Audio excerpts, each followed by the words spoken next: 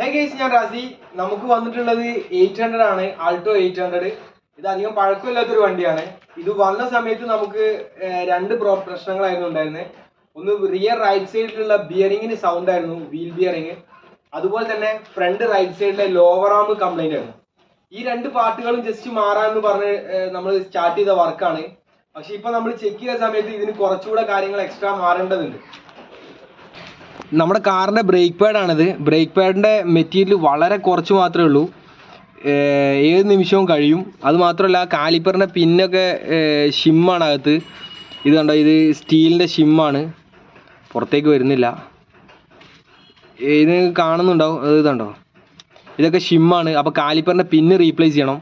ഈ കാലിപ്പർ ഇടയ്ക്ക് സ്റ്റക്ക് ആവുന്നുണ്ട്, അതുകൊണ്ടാണ് ഈ ഒരു പാഡ് മാത്രം കൂടുതലായിട്ട് തീർന്നു പോകുന്നത്. നെക്സ്റ്റ് നമുക്കുള്ള പ്രശ്നം എന്താണെന്ന് വെച്ച് കഴിഞ്ഞാൽ, ഇത് നമ്മുടെ കാറിൻ്റെ കൂളൻ്റ് ആണ്. ഇത് നമുക്ക് അറിയാൻ പറ്റും, നമ്മൾ ടോപ്പിൽ നിന്ന് നോക്കുന്ന സമയത്ത് ഗ്രീൻ കളറായിട്ട് കാണുന്നുണ്ട് കേട്ടോ.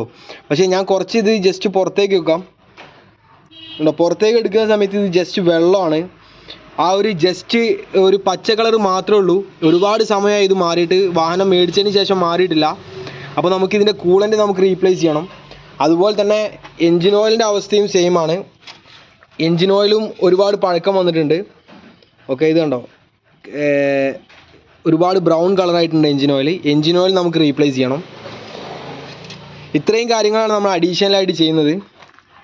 ഓക്കെ, നമ്മൾ ഇന്ന് പറയുന്ന കാര്യം എന്താണെന്ന് വെച്ച് കഴിഞ്ഞാൽ സർവീസ് കോസ്റ്റിനെ കുറിച്ചാണ് കേട്ടോ. ഓക്കെ, ഇപ്പം ഒരു കാറ് ഒരു ഗ്യാരേജിലേക്ക് സർവീസിന് വേണ്ടി കൊണ്ടുപോയി കഴിഞ്ഞാൽ എത്ര കോസ്റ്റ് വരും എന്നുള്ളത് ആ കാറിൻ്റെ സിറ്റുവേഷന് ഡിപ്പെൻഡ് ചെയ്തിരിക്കും.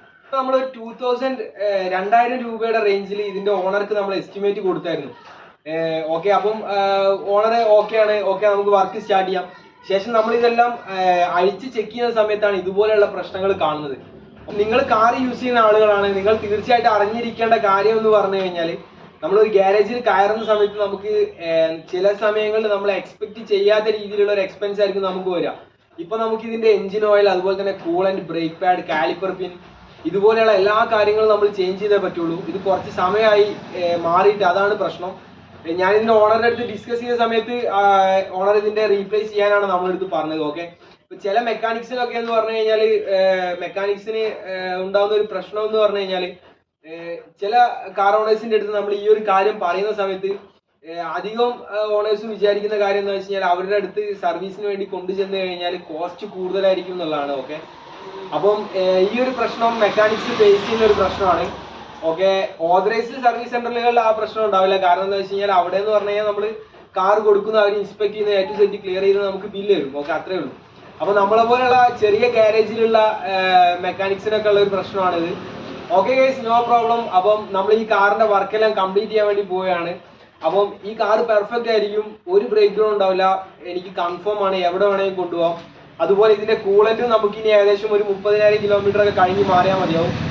എഞ്ചിൻ ഓയിൽ നമുക്ക് കുറച്ച് സമയം കഴിഞ്ഞ് മാറിയാൽ മതി. ഏകദേശം ഒരു 10,000 കിലോമീറ്റർ കഴിഞ്ഞ് അടുത്ത തവണ നമ്മുടെ ഓയിൽ മാറാൻ മതിയാവും. നമ്മൾ യൂസ് ചെയ്യുന്നത് മാക്സിമം ജെനുവിൻ പാർട്സ് ആണ്. ഓക്കെ, അപ്പോൾ വീഡിയോ എല്ലാവരും സ്കിപ്പ് ചെയ്യാതെ കാണാം. നമുക്ക് സർവീസിന്റെ വീഡിയോസ് കാണാം. ബാക്ക് സൈഡിൽ നമുക്ക് വന്ന വർക്ക് എന്താണെന്ന് വെച്ച് കഴിഞ്ഞാൽ, ഫസ്റ്റ് നമ്മുടെ ബ്രേക്സ് ക്ലീനിങ് ആണ്.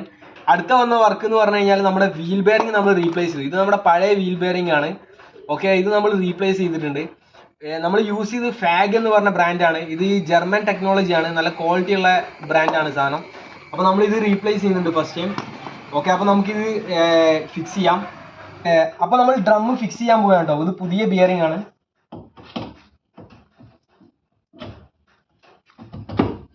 ഓക്കെ, നമ്മൾ ഡ്രം ഫിക്സ് ചെയ്തു. ഇനി നമ്മൾ ഇതിൻ്റെ വാഷർ ഇടുന്നുണ്ട്.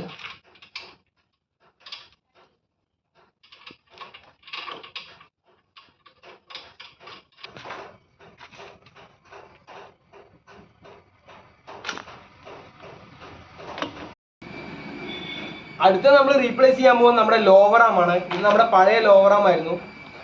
ഈ കാർ അലൈൻമെന്റ് ചെക്ക് ചെയ്യാൻ വേണ്ടി കൊണ്ടുപോയിരുന്നു. ആ സമയത്താണ് പറഞ്ഞത് ഗ്യാരേജിൽ കൊണ്ടുപോയിട്ട് ഈ അലൈൻമെന്റിന്റെ ഇഷ്യൂ റെഡി ആക്കണം എന്നുള്ളത്. നമ്മൾ ചെക്ക് ചെയ്തപ്പോൾ ഇതിന്റെ ബോൾ ജോയിന്റിന് പ്ലേ ആണ്. ബോൾ ജോയിന്റ് നല്ല രീതിയിൽ പ്ലേ ആണ് കേട്ടോ, നല്ല സൗണ്ടും ഉണ്ട് റൈറ്റ് സൈഡിൽ നിന്ന്. ബോൾ ജോയിന്റ് കംപ്ലൈന്റ് ആണ്. ബാക്കി ജോയിന്റ് ഒക്കെ നമ്മൾ ചെക്ക് ചെയ്തു, കുഴപ്പമില്ല. അപ്പോൾ നമ്മൾ ഈ ലോവർ ആം ഇതിന്റെ റീപ്ലേസ് ചെയ്യുന്നുണ്ട്. ഇതാണ് നമ്മുടെ പുതിയ ലോവർ ആം. അപ്പോൾ നമുക്ക് ഈ ലോവർ ആം കാറിലേക്ക് ഫിക്സ് ചെയ്യാം.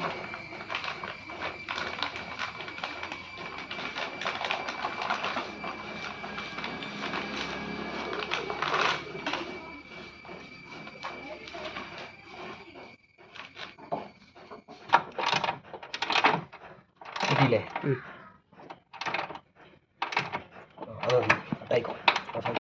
നമ്മൾ കൂളൻ്റ് ഡ്രെയിൻ ചെയ്തുകൊണ്ടിരിക്കുകയാണ്. കാണാൻ പറ്റും ലൈറ്റ് കളർ മാത്രമേ ഉള്ളൂ കേട്ടോ. ഇത് ഏകദേശം കറക്റ്റ് ടൈമാണ് കൂളൻ്റ് ചേഞ്ച് ചെയ്യേണ്ടത്.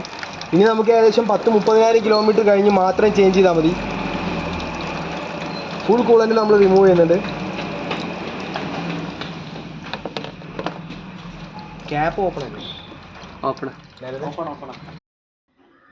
നമ്മളിത് കാലിപ്പറിൻ്റെ ഉൾഭാഗം ക്ലീൻ ചെയ്യുക കേട്ടോ. ഓക്കെ, ഇതിൻ്റെ അകത്തൊക്കെ നല്ല രീതിയിൽ ഫിഷർ ഉണ്ട്, അതൊക്കെ നമ്മൾ പുറത്തേക്ക് എടുക്കുന്നുണ്ട്. ഓക്കെ, നമ്മൾ മാരുതിയുടെ ജെനുവിൻ കാലിപ്പർ പിന്നാണ് നമ്മൾ ഫിക്സ് ചെയ്യാൻ പോകുന്നത് കേട്ടോ. നമ്മളിത് ഓപ്പൺ ചെയ്യുന്നുണ്ട്. കാലിപ്പർ പിൻ എടുത്ത് നമുക്ക് ഇതിലേക്ക് ഫിക്സ് ചെയ്യാം. ഗ്രീസൊക്കെ വരുന്നുണ്ട്.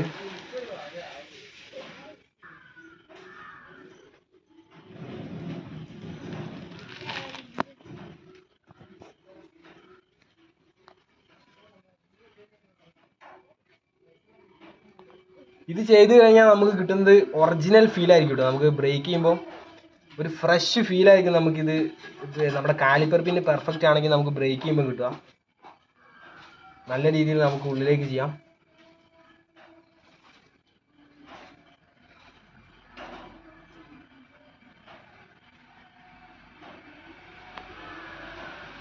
നമ്മൾ രണ്ട് സൈഡിലെയും പിന്ന് ചേഞ്ച് ചെയ്യുന്നുണ്ട് കേട്ടോ. രണ്ട് സൈഡിലെയും പിന്ന് നമ്മൾ ചേഞ്ച് ചെയ്യുന്നുണ്ട്. പിന്ന് നമ്മൾ സെറ്റ് ചെയ്ത് കഴിഞ്ഞു. ഇനി നമ്മൾ ബ്രേക്ക് പാഡ് ഫിക്സ് ചെയ്യാൻ പോവുകയാണ്. നമ്മൾ ഉപയോഗിക്കുന്നത് TVSൻ്റെ പാഡാണ്. TVSൻ്റെ തന്നെ മാക്സിമം ലൈഫ് കിട്ടുന്ന പാഡാണ് നമ്മൾ യൂസ് ചെയ്യുന്നത്. പഴയ പാഡ് നമുക്ക് പുറത്തെടുക്കാം.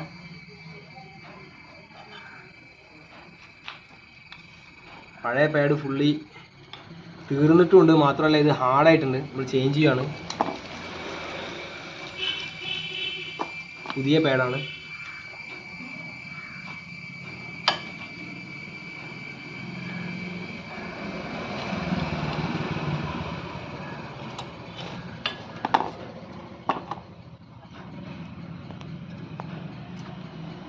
ഓക്കെ, നമ്മൾ പാഡും ഫിക്സ് ചെയ്ത് കഴിഞ്ഞാൽ നമുക്ക് കാലിപ്പർ ഫിക്സ് ചെയ്യാം. നമ്മളിതിൻ്റെ ഓയിൽ റിമൂവ് ചെയ്തിട്ട് ഈ കാറിൻ്റെ ഓയിലിൻ്റെ സിറ്റുവേഷൻ എന്ന് പറഞ്ഞാൽ ഹാർഡായിട്ടുണ്ട്. ഓയിൽ നല്ല രീതിയിൽ ഹാർഡായിട്ടുണ്ട്. ഇതുപോലെ ആയിക്കഴിഞ്ഞാൽ അത് സംഭവിക്കുകയെന്ന് വെച്ച് കഴിഞ്ഞാൽ എഞ്ചിൻ്റെ ഒരുപാട് പാർട്ടുകൾ ഇത് ഡാമേജ് ചെയ്യും.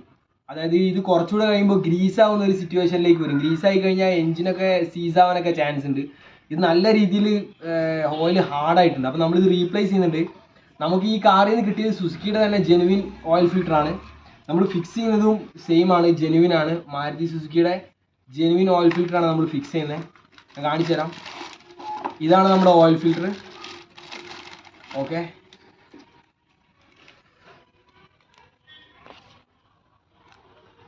അപ്പം നമുക്കിത് കാറിലേക്ക് ഫിക്സ് ചെയ്യാം. ഓയിൽ ഫിൽറ്റർ ഫിക്സ് ചെയ്യുന്നതിന് മുമ്പ് നമ്മൾ ഇതിനെ ജസ്റ്റ് ലൂബ്രിക്കേറ്റ് ചെയ്യുന്നുണ്ട്.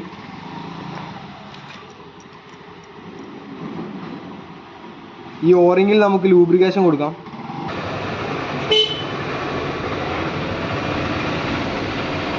നമ്മളിതിൽ 5W30 ഓയിലാണ് യൂസ് ചെയ്യുന്നത്. ടെക്നോ സിന്തറ്റിസ് ഓയിലാണ് കേട്ടോ നമ്മൾ യൂസ് ചെയ്യുന്നത്. അപ്പോൾ നമുക്കിതിൻ്റെ ക്യാപ്പ് ഓപ്പൺ ചെയ്യാം. ഇതിൻ്റെ സീലുണ്ട്, മോട്ടീവിൻ്റെ സീലുണ്ട്. സീൽ ഓപ്പൺ ചെയ്തു.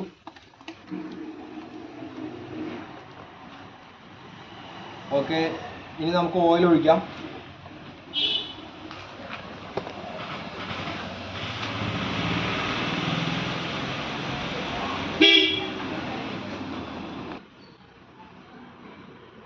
കംപ്ലീറ്റ് ആയിട്ടോ, കംപ്ലീറ്റ് ആയി, ഫുള്ളായിട്ട്.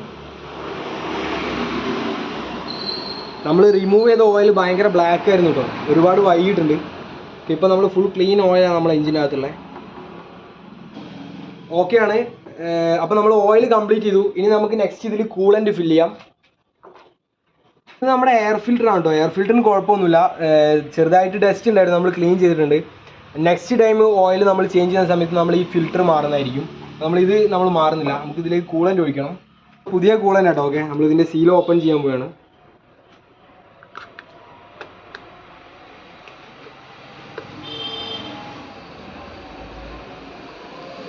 പുതിയ കൂളൻ്റ് ഒഴിക്കാം.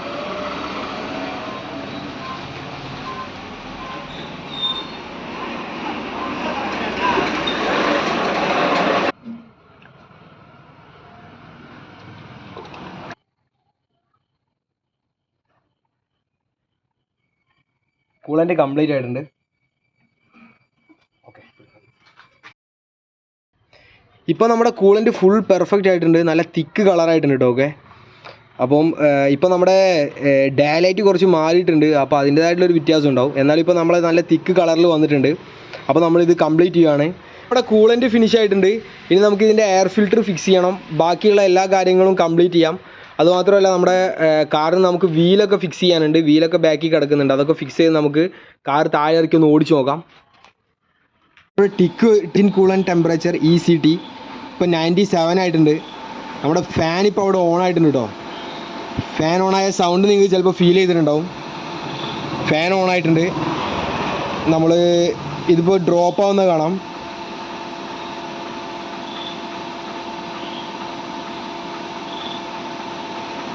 ഡ്രോപ്പ് ആവാൻ തുടങ്ങി. 96 ആയി. 4. ഇതിൻ്റെ ഓണർ പറഞ്ഞ 2 കംപ്ലൈൻറ്റുകളും നമ്മൾ കറക്റ്റ് ചെയ്തിട്ടുണ്ട്. അതായത് 2 പ്രശ്നങ്ങളായിരുന്നു. ഫസ്റ്റ് പ്രശ്നം എന്ന് പറഞ്ഞാൽ ബാക്ക് സൈഡിൽ നിന്നുള്ള ആ ഒരു ബിയറിങ്ങിൻ്റെ ഭയങ്കര ഒരു മൂളുന്ന ഒരു സൗണ്ടായിരുന്നു. പിന്നെ രണ്ടാമത്തെ പ്രശ്നം എന്ന് പറഞ്ഞു കഴിഞ്ഞാൽ അലൈൻമെൻറ്റിൻ്റെ പ്രോബ്ലം ആയിരുന്നു. നമ്മുടെ ലോവർ ആം അത് നമ്മൾ റീപ്ലേസ് ചെയ്തു. പിന്നെ എക്സ്ട്രാ നമ്മൾ കുറച്ച് വർക്കുകൾ ചെയ്യേണ്ടി വന്നു. എൻജിൻ ഓയിൽ, അതുപോലെ കൂളൻ്റ്, ബ്രേക്ക് പാഡ്, കാലിപ്പർ പിന്നൊക്കെ നമ്മൾ ചെയ്തിട്ടുണ്ട്. ഓക്കെ, എന്തായാലും ഇപ്പം കാറ് പെർഫെക്റ്റ് ആണ്. കാരണം ഈ കാറ് കുറച്ച് ദിവസങ്ങൾ കഴിഞ്ഞാൽ ലോങ് ഡ്രൈവ് ഒക്കെ പോകാണ്ടായിരുന്ന ഒരു കാറാണ്. അപ്പം ബ്രേക്ക് പാഡൊക്കെ നമ്മൾ മാറേണ്ട ഒരു അഡ്വാൻറ്റേജ് ആയി. കാരണം പോകുന്ന വഴിക്കെല്ലാം ബ്രേക്ക് പാഡൊക്കെ തീർന്നു കഴിഞ്ഞാൽ പിന്നെ ബുദ്ധിമുട്ടാണ്. കാരണം നമ്മുടെ ആ ഡ്രൈവിൻ്റെ ഒരു ഫണ്ണെല്ലാം പോകും, പിന്നെ ഭയങ്കര ബുദ്ധിമുട്ടായിരിക്കും. ഓക്കെ, അപ്പം നമ്മുടെ വീഡിയോ കാണുന്ന എല്ലാവരും നമ്മുടെ ചാനൽ സബ്സ്ക്രൈബ് ചെയ്യുക, ലൈക്ക് ചെയ്യുക, അതുപോലെ അടുത്തുള്ള ബെല്ലൈക്കൺ ക്ലിക്ക് ചെയ്യുക, നിങ്ങളുടെ ഫ്രണ്ട്സിനൊക്കെ ഷെയർ ചെയ്ത് കൊടുക്കുക. കാണുന്നവർ താഴെ കമൻറ്റും കൂടെ ഒന്ന് ചെയ്യണം കേട്ടോ. ഓക്കെ, നമ്മുടെ വീഡിയോസിൽ എന്തെങ്കിലും കാര്യങ്ങൾ ഇമ്പ്രൂവ് ചെയ്യാനുണ്ടോ എന്നൊക്കെ നിങ്ങൾ ജസ്റ്റ് താഴെ കമൻറ്റ് ചെയ്യണം. ഞാൻ ഹാപ്പി ആയിരിക്കും. ഓക്കെ ഗൈസ്, അപ്പോൾ നമുക്ക് ഇൻഫോർമേറ്റീവ് ആയിട്ടുള്ളൊരു വീഡിയോ ആയിട്ട് നമുക്ക് വീണ്ടും കാണാം.